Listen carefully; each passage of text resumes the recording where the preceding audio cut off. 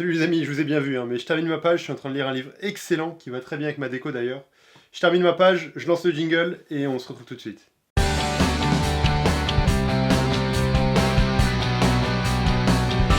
Alors il y a quelques mois sur la Révolution, on avait lancé un sondage sur Instagram pour savoir quels étaient les obstacles qu'on pouvait rencontrer pour lire des livres. On avait eu plein de retours et c'est ces nombreux retours qui m'ont donné l'idée de cette vidéo. Dans cette vidéo, j'aimerais partager 3 conseils de lecture qui sont assez simples mais qui vont t'aider si t'aimes pas lire ou si tu aimerais te lancer dans la lecture et qui j'espère t'aideront aussi si t'es déjà en train de lire pas mal de livres et que t'aimerais continuer ou t'améliorer. Le premier conseil, c'est rester concentré pendant la lecture.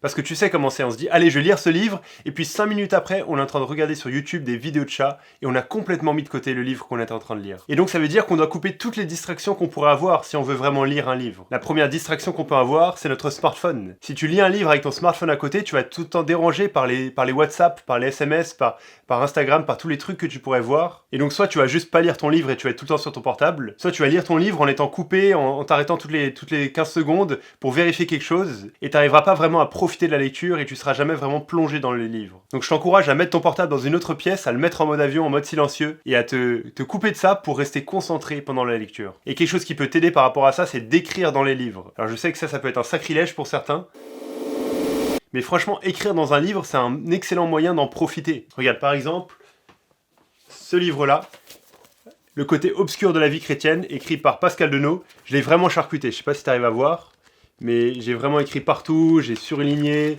au dos j'ai mis noté des citations.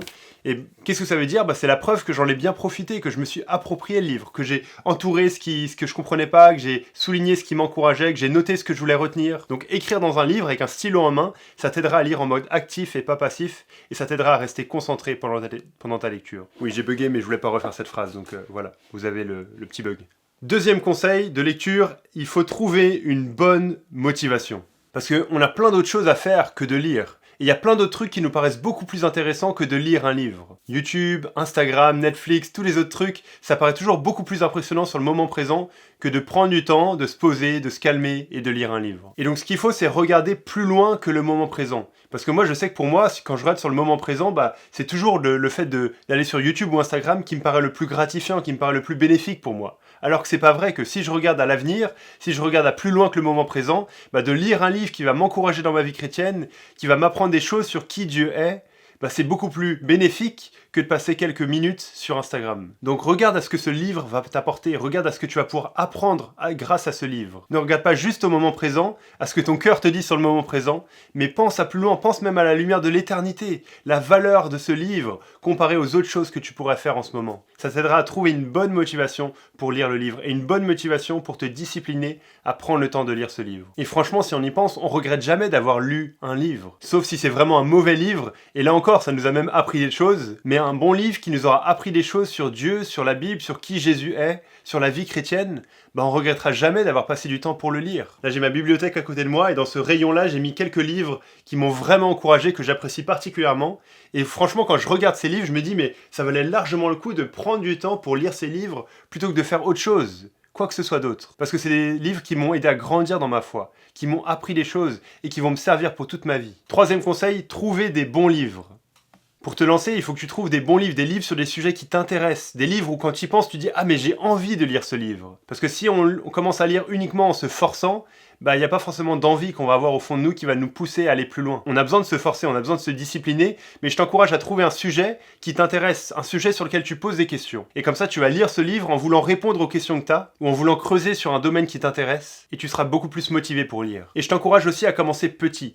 Commencer petit en termes de taille, le gros pavé de 700 pages, tu peux garder ça pour plus tard, parce que si tu commences par ça, ça va complètement te décourager. Donc commence par un petit livre, où tu sais que tu pourras aller au bout. Commencer petit en termes de difficulté, le développement analytique, structurel, de je sais pas quoi, ça tu gardes ça pour plus tard, c'est pas pour maintenant, sinon tu vas te décourager si c'est un livre que tu n'arriveras pas à comprendre ou que ça te demandera trop d'efforts pour le comprendre. Et commence petit en termes de rythme. Si tu dis « Ah, j'ai regardé cette vidéo de Benjamin, je suis vraiment motivé à lire, je vais bloquer toute ma journée pour lire », franchement tu vas te décourager et tu vas plus jamais lire de ta vie. Donc commence petit en termes de rythme, mets-toi un rythme chaque jour. Par exemple 15 minutes chaque jour, j'ai envie de lire quelques pages d'un livre. Et si tu fais ça régulièrement sur le long terme, tu vas lire beaucoup. Et après, plus tu auras de l'intérêt pour la lecture, plus tu pourras pourras lire de longues périodes de temps, en coupant les distractions bien sûr, et en trouvant une bonne motivation. Donc voilà les 3 conseils, et si maintenant tu te demandes où commencer, quel livre lire, des bons livres, j'ai une solution pour toi. Une seule adresse, larévolution.com/lecture. Sur cette page, avec l'équipe de La Révolution, on a recensé une trentaine de livres vraiment pour toi. Des livres dans différentes catégories qui s'adressent à des jeunes chrétiens, des gens qui veulent grandir, qui veulent aller plus loin dans leur foi. Donc va sur cette page, choisis un livre dans la liste qui t'intéresse, fixe-toi le défi de le lire en un certain nombre de temps, et puis dès que tu l'auras fini, tu pourras choisir un autre livre dans la liste. Donc larévolution.com/lecture. Voilà, j'espère que ça t'aura encouragé à lire. Merci pour tous vos messages, vos encouragements, vous tous qui me suivez. Ça me motive à continuer, il y a des nouveautés qui arrivent sur la chaîne, donc restez connectés. Je fais environ une vidéo par semaine, mais ça va peut-être être plus à certains moments, avec des vidéos un petit peu spéciales, je vous en dirai plus tard sur Instagram. Bon, moi je retourne lire, et puis on se retrouve très bientôt sur cette chaîne YouTube, sur Instagram, ou où vous voulez, et bonne lecture les amis.